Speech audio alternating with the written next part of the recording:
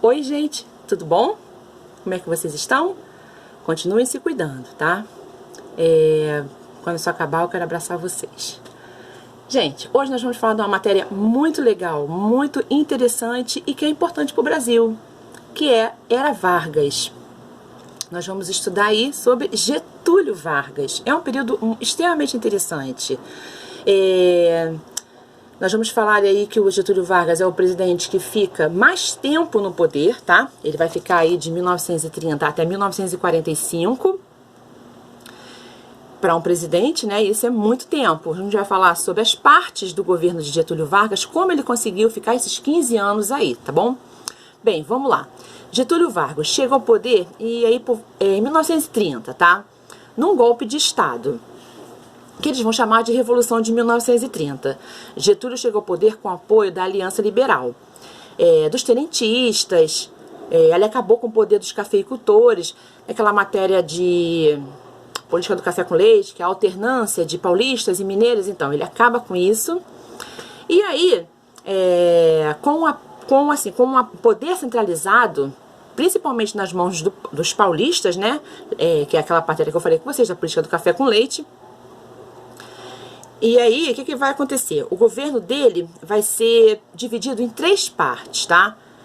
O governo de Getúlio Vargas. Vai ter aí a primeira parte, que vai de 1930 a 1934, que é um período provisório, governo provisório. Ou seja, é um período que ele não está eleito por ninguém, não foi eleito nem pela Constituição, nem pela Assembleia, nem pelo povo.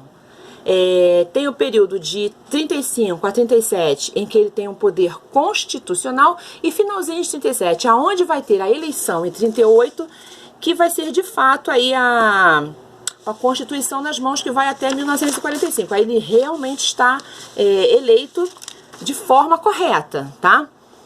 Durante esse governo provisório, é um período em que Getúlio, como é que eu vou explicar? Ele vai, assim, até as pessoas. O governo dele, ele olha mais pelas pessoas, vê mais as pessoas. Ele é mais para o lado populista, tá? Tanto que ele vai ser aí chamado de pai dos pobres, pai do povo, tá? Ele vai ter várias nomenclaturas aí, porque ele realmente ele vai fazer as coisas para si, mas pensando nos outros, tá? E muitos governos ainda nessa época não vai ter o pensamento de Getúlio Vargas, tá? Não vai ter esse pensamento de olhar mais pelo povo. Ele vai inaugurar isso no Brasil. Então tudo que ele for fazer vai ser pensando no povo. Mas assim, a grosso modo, a gente falando, ele faz assim, por exemplo, seus pronunciamentos. Os pronunciamentos de Getúlio Vargas, ele sempre começava no rádio, antigamente, tinha eu acho que ainda tem, se eu não me engano, um programa de rádio chamado A Hora do Brasil. Nesse programa A Hora do Brasil, geralmente tinha um pronunciamento do presidente. E ele sempre começava os seus discursos, ou qualquer coisa que ele fosse falar, ele falava: trabalhadores do meu Brasil. Só que nessa época tinha um monte de gente desempregada no Brasil. Só que ele, quando falava isso para as pessoas falavam: lá, Getúlio, isso aí, ele vai arrumar emprego para todo mundo, vai mudar isso, esse quadro do Brasil. Ou seja, ele estimulava as pessoas a acreditarem nele. Quando ele chamava as pessoas de trabalhadores do Brasil, ele sabia que estava tentando trazer para si aquelas pessoas que estavam desempregadas, estavam desacreditadas de tudo. Então era um modo de que ele usava de comprar as pessoas, não comprar com dinheiro, mas ele agradava as pessoas. E aí, as pessoas super animadas, né, achando que ele era o salvador, né, com todos os direitos que ele pudesse ter. Tanto que mais pra frente, como eu falei pra vocês, ele vai ser chamado aí de pai dos pobres, pai do povo, e esse apelido dele vai até o final aí do seu mandato. Só que quem não gostava disso eram os paulistas. Lembra quando eu falei da alternância de paulistas e mineiros na época da República do Café com Leite? República oligárquica, nós já estudamos isso. E aí eles vão criar uma revolução, tá? Os paulistas vão criar uma revolução contra Vargas, que vai se chamar Revolução constitucionalista. Isso aconteceu aí em 1932. Os paulistas com aquele sentimento regionalista, aquele sentimento nacionalista, muito apegado a São Paulo, lógico, né? Eles querem voltar ao poder. Getúlio Vargas está no poder. Então eles querem ter a possibilidade de voltar ao poder. Então eles vão falar, olha, vamos voltar aí ao poder e provar que Getúlio Vargas não está certo. Que os paulistas é que tem que estar no poder, tá?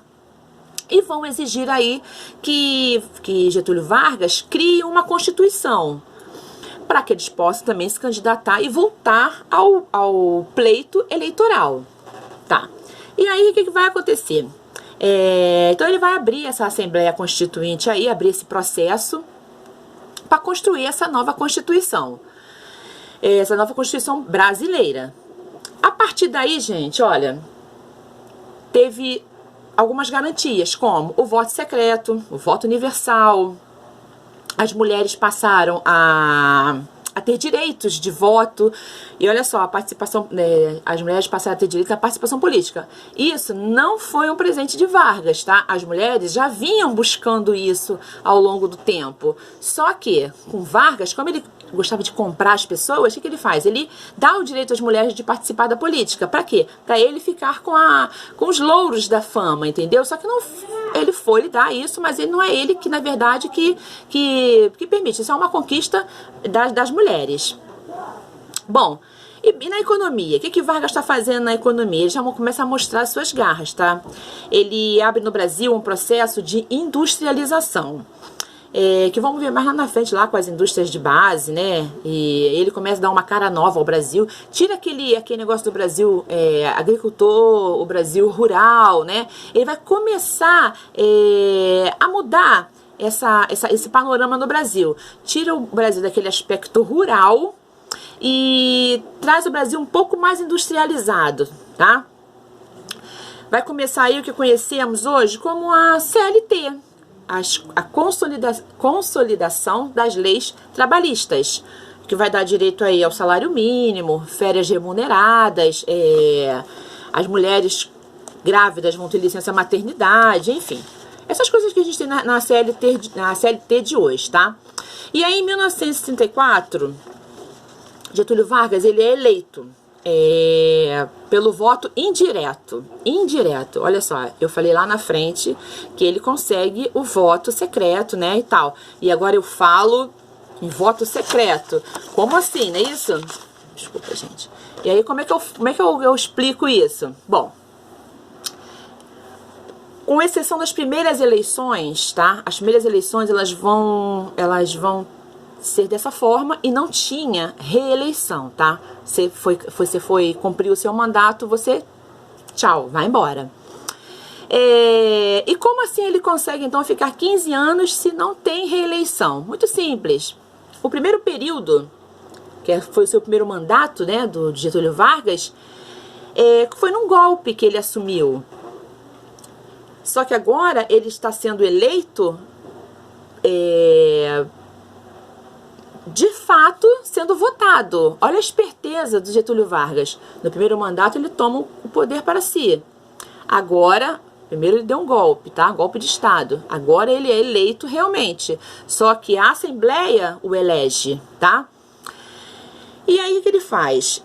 Getúlio Vargas é uma pessoa com um sentimento assim meio egocêntrico. Ele pensava primeiro em si.